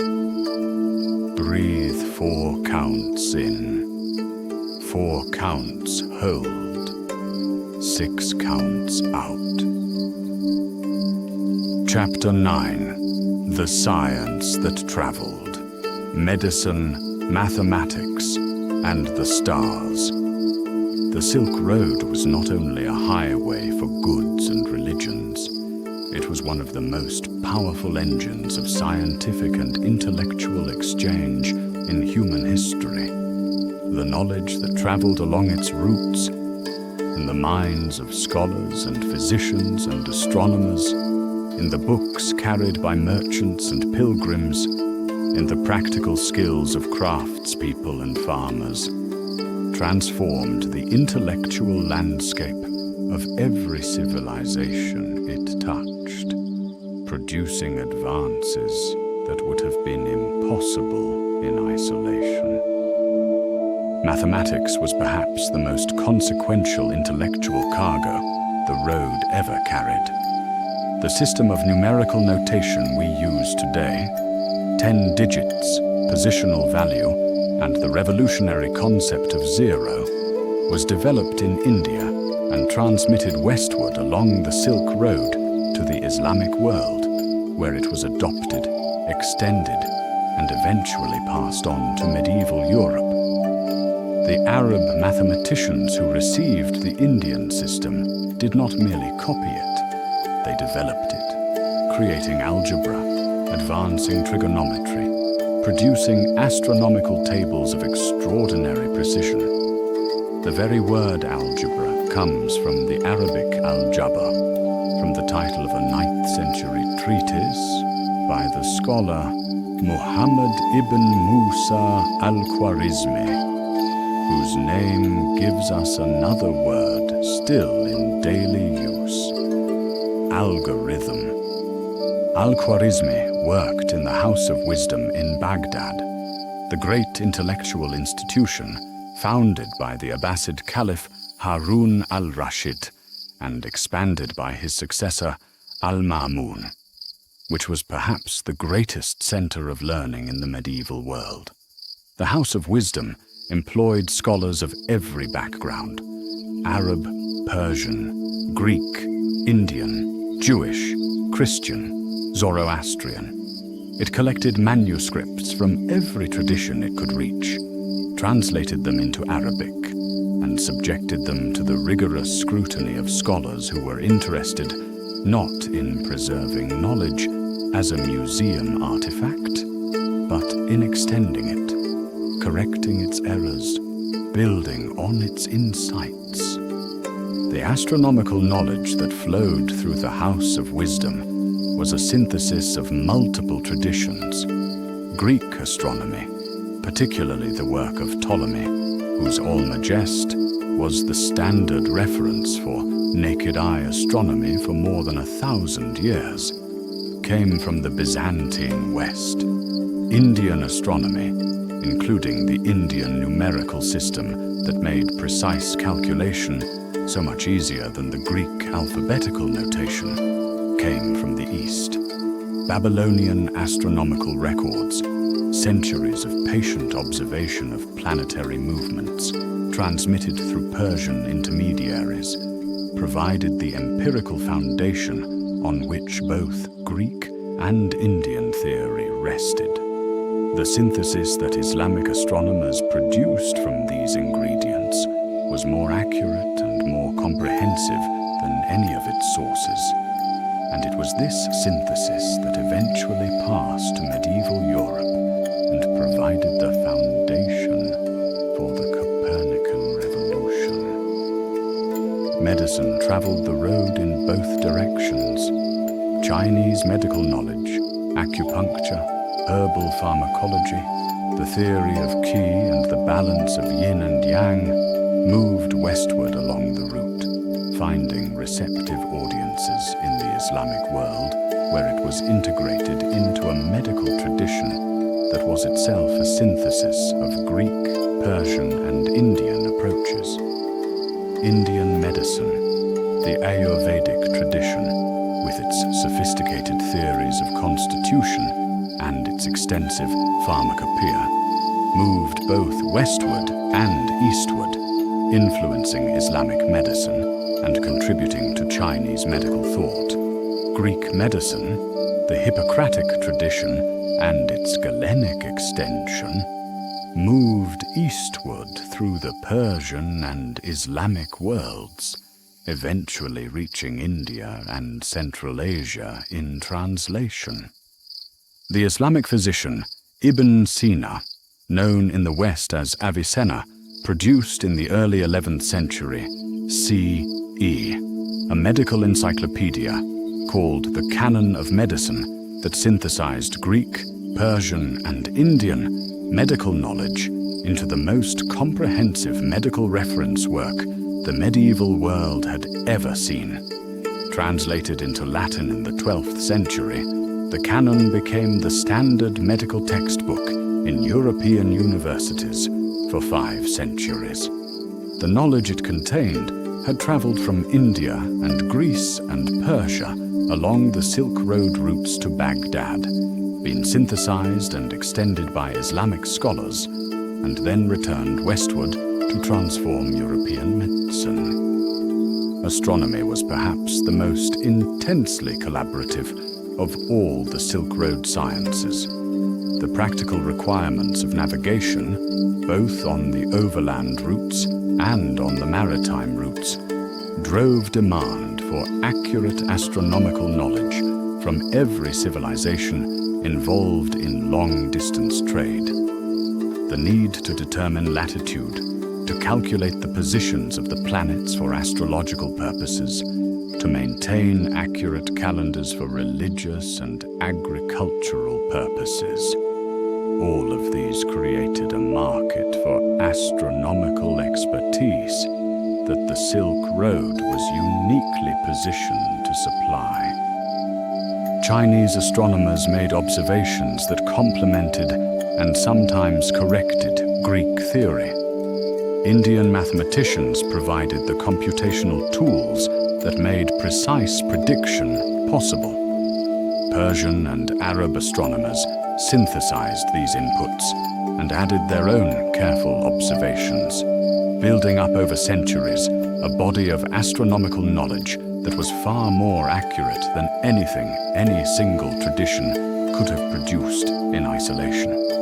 The star names we still use today, Aldebaran, Betelgeuse, Rigel, Deneb, Altair, are Arabic names, given by Islamic astronomers who catalogued the heavens with a thoroughness and a precision that the Greek traditions hadn't achieved. The technology of paper-making, which we have already discussed in the context of its journey from China to the Islamic world, was itself one of the most important facilitators of intellectual exchange along the Silk Road. Before paper, books were written on papyrus or parchment, materials that were expensive, limited in supply, and difficult to produce in large quantities. Paper was cheap, relatively easy to make, and could be produced in volumes that made it possible to copy and distribute texts on a scale that was simply not feasible before. The great libraries of the Islamic world, at Baghdad, at Cordoba, at Cairo, at Samarkand, were made possible by paper, and the intellectual renaissance of the Islamic Golden Age was, in part, a consequence of the availability of paper to record, copy, and distribute the knowledge that scholars were producing and synthesizing. Gunpowder, invented in China in the 9th century CE as an accidental byproduct of Taoist alchemical experiments, traveled westward along the Silk Road and reached the Islamic world by the 13th century and Europe shortly after. The consequences of this transmission are still being felt today. Every weapon that has ever used an explosive propellant, from the earliest cannons to the most modern firearms, is a descendant of the Chinese alchemist's discovery, transmitted to the world along the routes of the road. Printing, invented in China in the 7th century CE, using carved wooden blocks, refined in the 11th century by Bai Sheng into a movable type system, traveled westward along the road more slowly than gunpowder, and the European printing press that Gutenberg developed in the 1440s was apparently an independent invention. But paper, the essential substrate of printing, had already traveled the route, and the existence of cheap, abundant paper in the Islamic world and eventually in Europe made the printing revolution possible. The connection between Chinese papermaking and the European information revolution of the 15th century runs, imperfectly and indirectly, through the roots of the Silk Road. The stars over the Silk Road tonight are the same stars that the astronomers of Baghdad and Samarkand observed so carefully 1,000 years ago. Their names, Arabic names, carrying their long history, are still the names we use. The mathematics we use to calculate their positions descends from the Indian and Islamic traditions that the road transmitted. The instruments we use to observe them descend from the Greek and Islamic astronomical traditions. The science of the stars is, like so much else in the world we inhabit, a product of the extraordinary conversation that the Silk Road made possible, a conversation between civilizations that were separated by deserts and mountains and oceans, but connected always by the road. Breathe 4 counts in, 4 counts hold, 6 counts out. Chapter 10. Marco Polo and the Travelers Who Changed Everything. The Silk Road produced many travelers whose accounts have survived, and who, through those accounts, changed the way the world understood itself. But no traveler of the Silk Road, and arguably no traveler of any kind before the modern era, had a greater impact on subsequent history than a young Venetian merchant who set out in 1271 with his father and uncle on a journey that would take him to the court of the Mongol Emperor Kublai Khan in China. Marco Polo was about 17 years old when he left Venice. His father Niccolo and uncle Maffeo had already made one journey to China and back, and they were returning to the Mongol court carrying letters from the Pope. Kublai Khan had expressed interest in Christianity and had requested 100 Christian scholars be sent to his court. The 100 scholars never materialized. What arrived instead was the two Polo brothers and the young Marco. The journey took 4 years. They traveled through the Middle East, through Persia, across the Pamir Mountains, along the edges of the Taklamakan Desert, through the Gansu Corridor, and finally to the summer capital of the Mongol Empire at Chengdu, the Xanadu that the poet Coleridge would make famous 500 years later in a dream vision poem. Kublai Khan received them with great hospitality and was apparently captivated by the young Marco, who learned several languages and proved himself a perceptive and reliable observer. Polo spent 17 years in the service of Kublai Khan, traveling on official missions to various parts of the Mongol Empire and to the regions beyond its borders. He visited the cities of China, vast, sophisticated, wealthy beyond anything in the Europe of his time. He saw paper money in widespread use, a concept so alien to European experience that his account of it was greeted with deep skepticism when he returned home. He described the postal relay system of the Mongol Empire, the coal that was burned in China as a fuel, the asbestos that could withstand fire, the sophisticated canal system of southern China.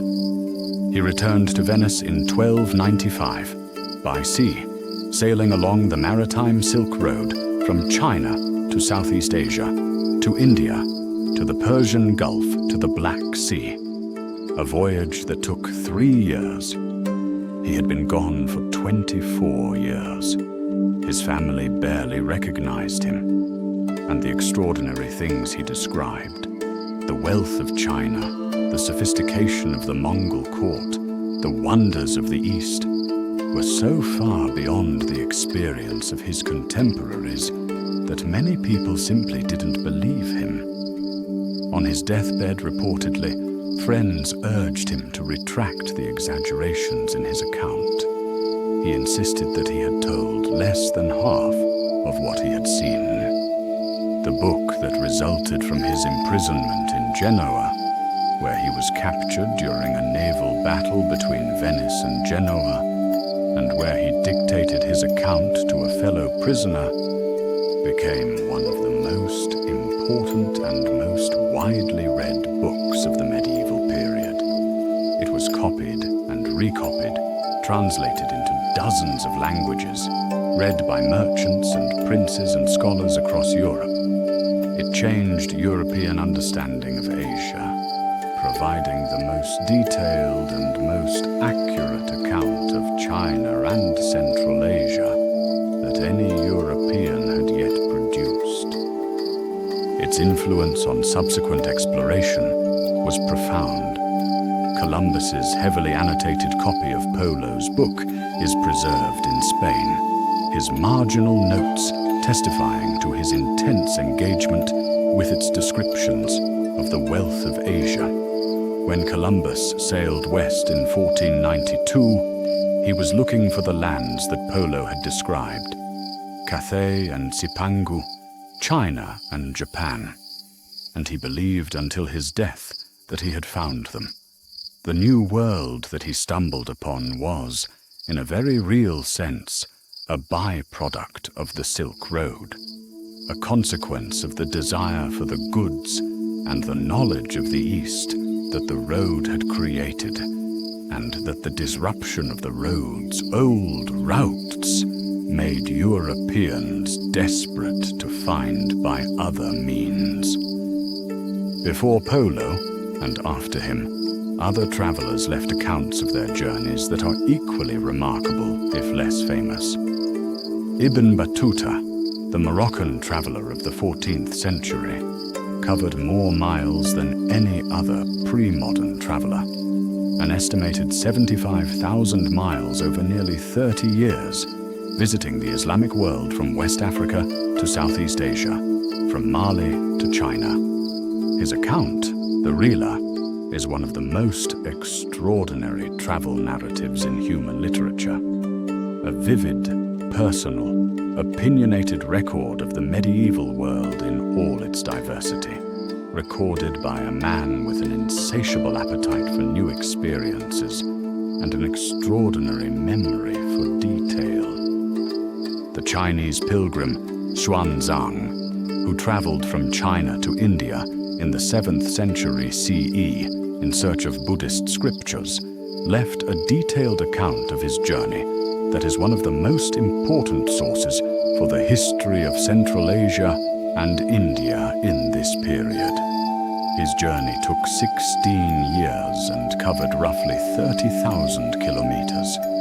He crossed the Taklamakan Desert, climbed the Pamir Mountains, traveled through the Kushano-Sassanid kingdom, visited the great Buddhist sites of northwestern India, spent years studying at the Buddhist University of Nalanda, and returned to China carrying hundreds of manuscripts that he spent the rest of his life translating into Chinese. These travelers, Polo and Ibn Battuta and Xuanzang, and the hundreds of others who left less famous but equally adventurous records, were the human face of the Silk Road. They were the people who actually walked the routes, who slept in the caravanserais and bargained in the markets and prayed in the temples and got sick and got lost and got found again. Their accounts are the closest thing we have to a lived experience of the road. Imperfect, personal, shaped by the perspectives and limitations of their own cultures and times, but vivid and human and irreplaceable. Close your eyes and imagine traveling with them for a moment. The dust of the road, the weight of a pack, the sound of a language you don't understand being spoken in the stall next to you in the market, the smell of unfamiliar food cooking over an unfamiliar fire, the sky above you that is, at least, the same sky you know from home, with the same stars in their familiar patterns, a small piece of the familiar in a world of wonders. This is what the road felt like for the people who walked it. This is what connection feels like when the distance between you and what you don't know is measured not in digital signals, but in the long, slow, dangerous miles of the body's actual journey. Breathe 4 counts in, 4 counts hold, 6 counts out.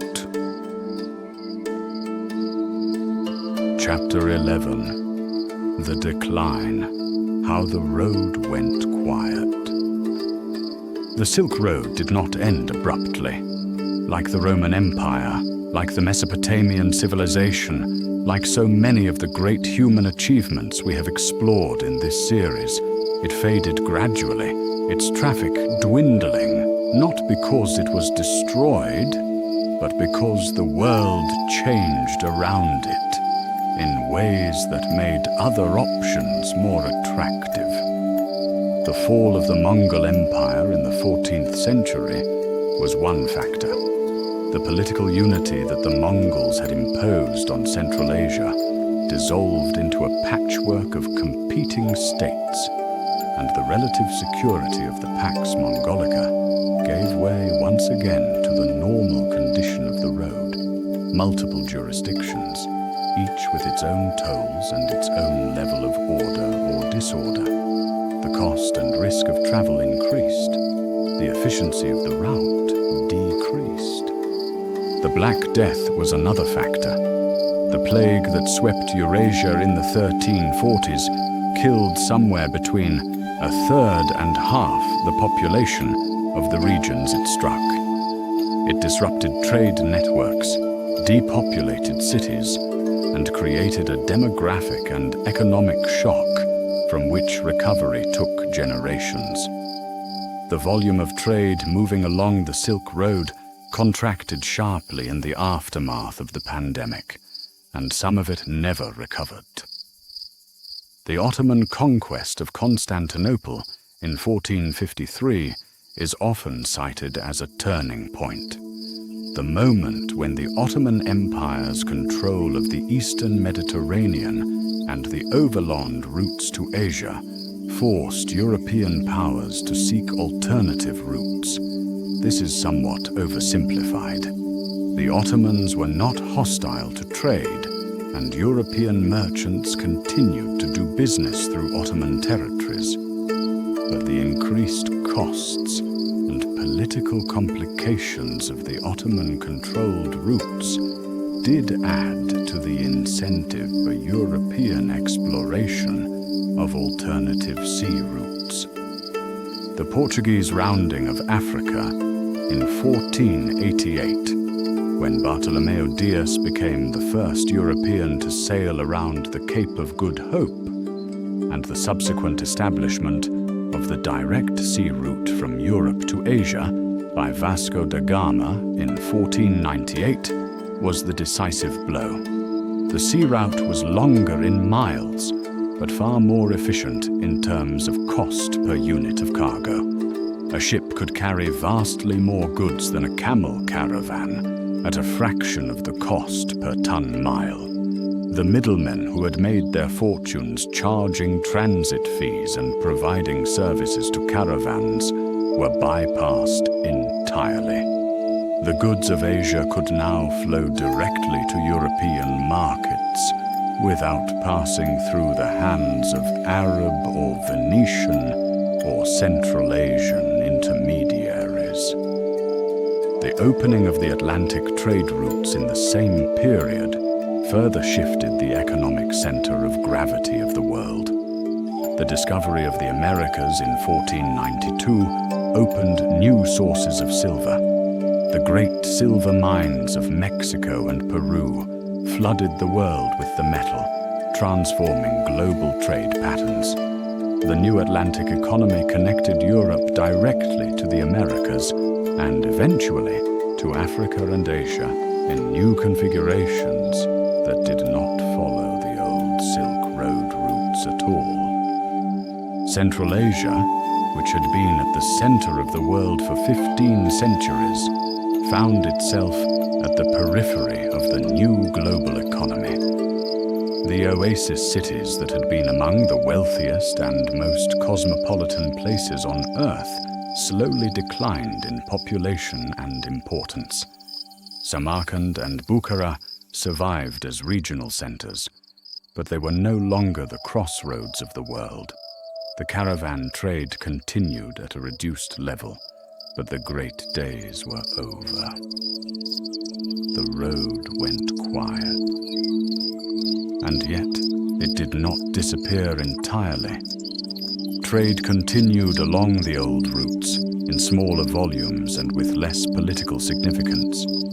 The cultures that had developed along the road, those extraordinary syncretic civilizations of the oasis cities, with their mixed populations and their multilingual markets and their fusion art and their cosmopolitan intellectual life, persisted, maintaining the echoes of the Great Age even as its reality faded. In the 19th century, the European powers, Russia and Britain primarily, became interested in Central Asia again, competing for influence over the region in what Rudyard Kipling called the Great Game. Archaeologists and explorers traveled the old routes, discovering the buried cities and the hidden manuscripts, recovering the physical record of the road's great age. And in the 20th century, scholars began the long work of understanding what the Silk Road had been and what it had meant, building the picture that has informed this story tonight. Nothing ends without leaving a residue. The Silk Road is gone in its physical form. No caravans cross the Gobi Desert today.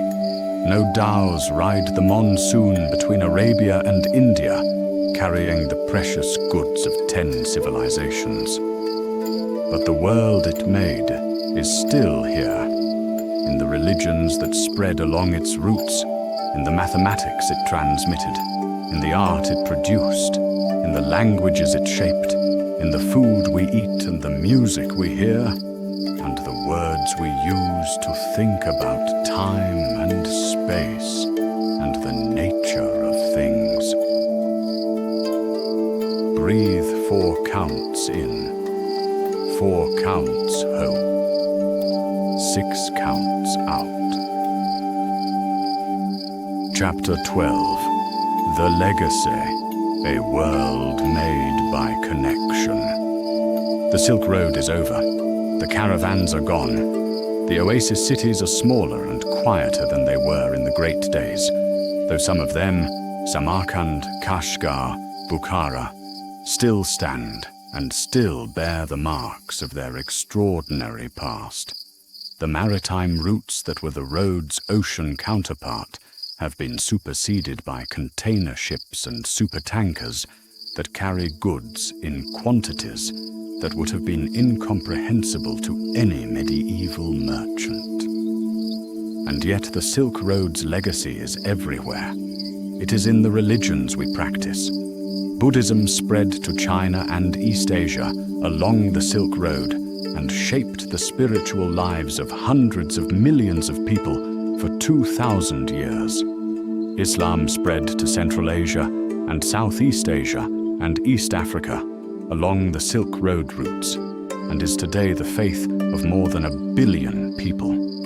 Christianity reached China and Central Asia along the road, leaving traces in unexpected places. The meeting of these faiths along the road and the intellectual and artistic ferment that meeting produced shaped all of them in ways that continue to resonate. The legacy is in the mathematics. The Hindu-Arabic numeral system, the system of 10 digits and positional notation that we use for all arithmetic today, traveled from India to the Islamic world along Silk Road routes, was adopted and developed by Islamic mathematicians and eventually reached Europe in the medieval period. The zero, that revolutionary concept that allowed the full development of mathematics and eventually of computing, was an Indian invention that traveled west along the road. Every calculation you have ever performed, every digital device you have ever used, every scientific result that depends on mathematical modeling exists in a tradition that the Silk Road helped to create. The legacy is in the science. Greek science, preserved and extended by Islamic scholars in the great libraries of Baghdad and Samarkand and Cordoba, was transmitted back to Europe in the 12th and 13th centuries in Latin translation, triggering the medieval intellectual renaissance that laid the groundwork for the scientific revolution. The astronomical knowledge of Babylon, transmitted through Persia and the Islamic world. The medical knowledge of India and China, filtered through Arab translation and commentary. All of it moving along the routes of the Silk Road, all of it contributing to the accumulating edifice of human understanding. The legacy is in the food. Black pepper, originally from southern India, spread along the Silk Road to become the most traded spice in the ancient and medieval world, and is now so common that we rarely think about where it came from. Pasta, possibly derived from Chinese noodle traditions transmitted westward along the road, though the direct connection is debated. Citrus fruits, originally from China and Southeast Asia, now cultivated across the Mediterranean and the Americas. Rice, originally from China and Southeast Asia, now a dietary staple for more than half the human population. Sugar, from New Guinea via India and the Islamic world to Europe. All of them travelers, all of them products of the long exchanges that the Silk Road facilitated. The legacy is in the art, the visual vocabulary of Buddhist art, the gestures, the iconography, the compositional conventions spread along the Silk Road from India to Central Asia, to China to Korea and Japan, creating the greatest artistic tradition of East Asia. The influence of Chinese art on Persian and Islamic art, and of Persian and Islamic art on Chinese and Central Asian art, produced the extraordinary fusion styles of the oasis cities. The carpet-weaving traditions of Central Asia, still among the most beautiful textile arts in the world, are Silk Road arts, developed in the intersection zone between the nomadic traditions of the steppe and the urban traditions of the oasis cities.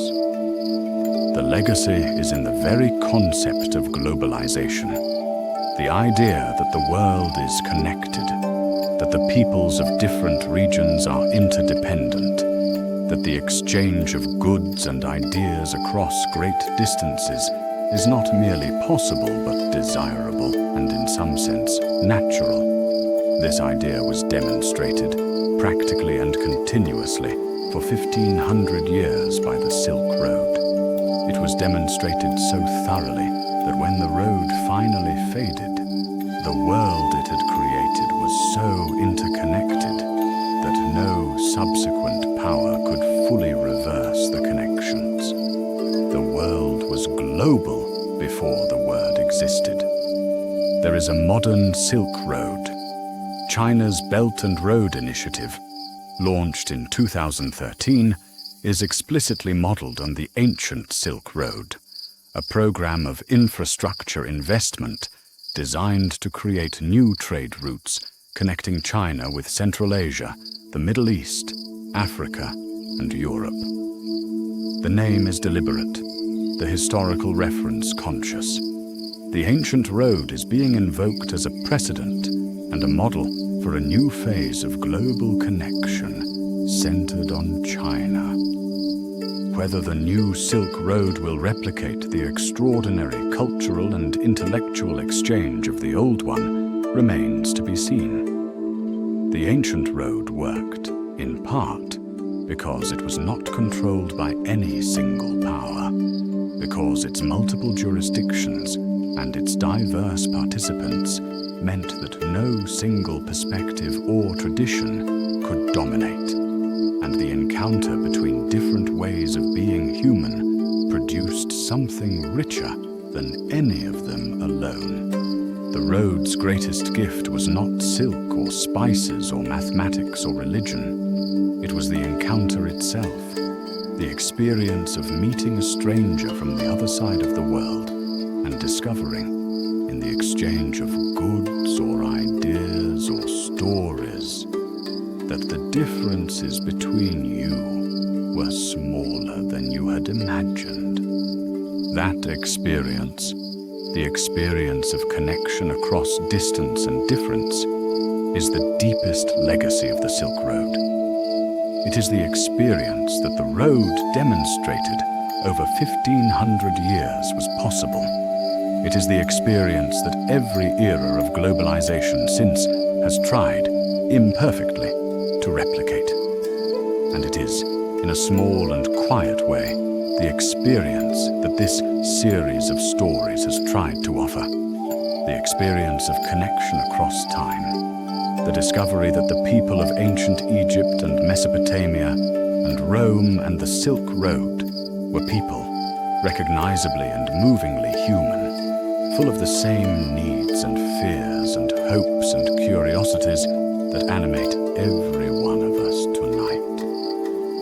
Consider what the Silk Road represents in the longest possible view. For most of human prehistory, populations were isolated from one another, separated by oceans and mountains and deserts that could not be crossed with the technologies available. Different groups of human beings developed in relative isolation, producing different languages, different cultures, different technologies, different ways of understanding the world. When they encountered each other, the results were sometimes violent, often transformative, always significant. The Silk Road was one of the first sustained, institutionalized systems for cross-cultural encounter in human history. A system that made it possible for the products and ideas of many different civilizations to flow freely across the greatest landmass on Earth. It accelerated the pace at which human knowledge accumulated, because knowledge is not depleted by sharing but multiplied. When a Chinese mathematician's insight about number theory reached an Indian astronomer, and that astronomer's insight reached an Arab mathematician, and that mathematician's synthesis reached a European scholar, the result was not the dilution of Chinese mathematics, but its extension, the creation of something that none of them could have achieved alone. This multiplication of knowledge through exchange is the deepest argument for connection. The Silk Road demonstrated, empirically, over 1,500 years, that the world is richer for its connections than it would be for its separations. The civilizations that participated in the road's great exchange, China and India and Persia and the Islamic world and Rome and Byzantium, were all enriched by the encounter. They all gave and they all received. The exchange was not always fair, and the power was not always balanced. But the knowledge that flowed was genuinely shared, genuinely productive, genuinely transformative, in ways that benefited everyone who participated. This is the lesson the Silk Road has for our own time, when the forces of connection and separation are contending with each other as urgently as they have at any point in history. The road did not promise that connection would be safe or comfortable or fair. It promised only that it would be productive, that the meeting of different things would generate something that the things themselves, in isolation, could not have produced. That promise has been kept again and again across the long history of human encounter. It is being kept tonight in the small and quiet way of a story told across the distance between us. And so we come to the end. Not just the end of this story, but the end of this series. 5 long, slow, gentle journeys through the ancient and medieval world. 5 nights of walking with the people who made the world we inherited. We have followed the Nile through the age of the pharaohs. We have stood at the edge of a black hole and felt the universe stretch and curve around us. We have walked the streets of Rome and listened to the philosophers and watched the empire rise and fall. We have pressed our fingers into the damp clay of Mesopotamia and felt the first words take shape. And tonight, we have walked the Silk Road. that extraordinary thread of connection running across the breadth of the world, holding it together for 15 centuries with the twin forces of desire and curiosity. What do all of these stories have in common? What thread runs through all of them, from the banks of the Nile to the oasis cities of Central Asia, from the scribal schools of Uruk to the markets of Samarkand? People, always, underneath everything, underneath the monuments and the empires and the mythologies and the trade routes. People trying to understand the world they found themselves in. People trying to feed their families and build their cities and honor their gods and tell their stories. People making extraordinary things, pyramids and aqueducts and cuneiform tablets and epic poems and blue-domed mosques, out of the materials available to them and the creativity they were born with. People failing and suffering and persisting and occasionally, briefly, magnificently succeeding at something that mattered. The great civilizations we have visited in this series were not perfect. None of them were. They practiced slavery. They made war. They treated women and the poor and the foreign with varying degrees of injustice. They destroyed as well as created, conquered as well as traded, suppressed as well as transmitted. History is not a parade of heroes. It is a record of the full complexity of human life in all its beauty and all its darkness. But there is something in all of it worth knowing, worth remembering, worth carrying forward. The Egyptians who understood that death was not the end, but a transition. The Mesopotamians who pressed their thoughts into clay so that their voices could outlast their bodies. The Romans who asked how a civilization could govern itself without a tyrant, and who built an answer that, for all its flaws, shaped the political thought of the world for 2,000 years. The travelers of the Silk Road who set out into the unknown because the desire to connect was stronger than the fear of the desert. All of them are in us, in some way. Not because we share their blood. Most of us are far removed from any of these specific peoples. But because we share their humanity. Because we have inherited, whether we know it or not, the laws and the languages and the mathematical systems and the religious traditions and the artistic conventions and the simply human ways of being that they developed or transmitted. Because the world they made is the world we live in. And the questions they asked are the questions we are still asking. This has been Naptime Knowledge. It has been an honor to travel with you through the ancient world, through the cosmos, across the face of history. Let your body be completely at rest now, heavy and warm and entirely comfortable. Let your breathing be slow and easy. Let the images from tonight's journey settle into the deep quiet of your sleeping mind. The caravan bells in the desert night, the blue domes of Samarkand catching the afternoon light, the monsoon wind carrying a dhow across the warm Indian Ocean, the mountains on the horizon, and the road winding toward them through the pale dust. The road goes on. It has always gone on. It goes on tonight in a different form, in the global networks of trade and communication that carry goods and ideas and culture around the world at speeds the ancient merchants could not have imagined. Every message you have ever sent across a great distance, every book you have ever read from a distant culture, every meal you have eaten that included an ingredient from the other side of the world.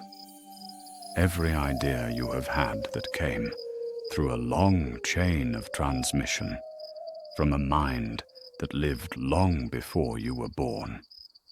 All of it is the Silk Road, continuing. You are connected to the whole human story.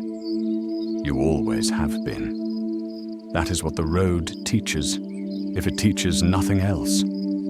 That the connections are real, that the distances are crossable, that the stranger on the other side of the world is, in the ways that matter most, not a stranger at all. Sleep now. The caravan is resting. The fire is low.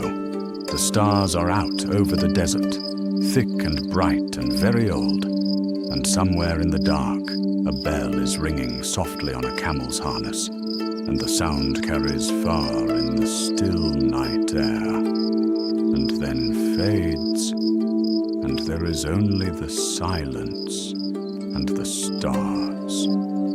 Breathe 4 counts in, 4 counts hold, 6 counts out. Good night. Take a moment before sleep fully arrives to hold in your mind the whole arc of what this series has given you. We have traveled more than 10,000 years of human history. We have been in the Egypt of the pharaohs, where the Nile gave birth to a civilization that asked the deepest questions about death and the soul and the nature of the divine. We have traveled to the edge of black holes, where space-time curves to its extreme and the universe reveals its most fundamental mysteries. We have walked through Rome, that restless, brilliant, violent, world-shaping civilization that gave us law and language and philosophy and the idea of the Republic. We have been in Mesopotamia, where writing was born and the first great stories were told. And tonight, we have traveled the Silk Road, the thread that connected all of these worlds and made something larger than any of them. What does it mean to know these things? What does it mean to carry, in your sleeping mind, some small sense of the depth and breadth of the human story?